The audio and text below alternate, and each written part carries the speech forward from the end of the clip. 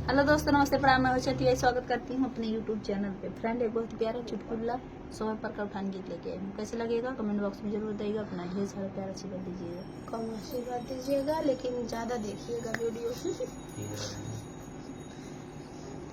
ललना हमार हो पलनवा में झूला झूले, ललना हमार हो पलनवा में झूला झूले।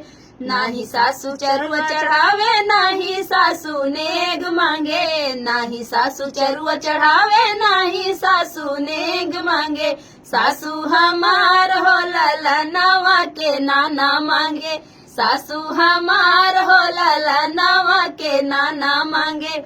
ललना हमार हो पलनवा में झूला झूले, ललना हमार हो पलनवा में झूला झूले। नाही जेठनी पियरी, नाही जेठनी पिपरी पिसावे, नाही जेठनी नेग मांगे, नाही जेठनी पिपरी पिसावे, नाही जेठनी नेग मांगे। जेठनी हमार हो ललनवा के पापा मांगे, जेठनी हमार हो ललनवा के पापा मांगे। ललना हमार हो पलनवा में झूला झूले, ललना हमार हो पलनवा में झूला झूल।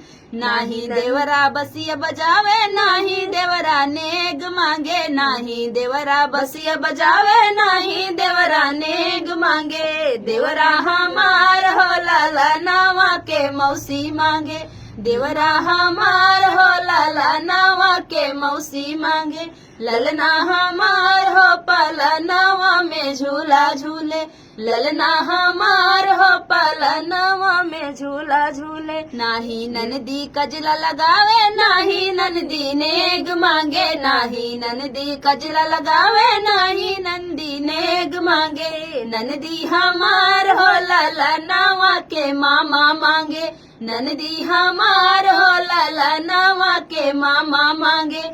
ललना हमार हो पलनवा में झूला झूले, ललना हमार हो पलनवा में झूला झूले। नाही सखिया सोहर गावे, नाही सखिया लड्डू मांगे, नाही सखिया सोहर गावे, नाही सखिया लड्डू मांगे। सखिया हमार हो माए वाला लड्डू मांगे, सखिया हमार हो माए वाला लड्डू मांगे।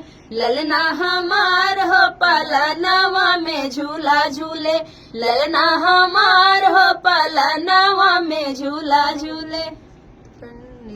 ये था सोहर का उठान गीत। आप लोग कैसे लगा कमेंट बॉक्स बताना।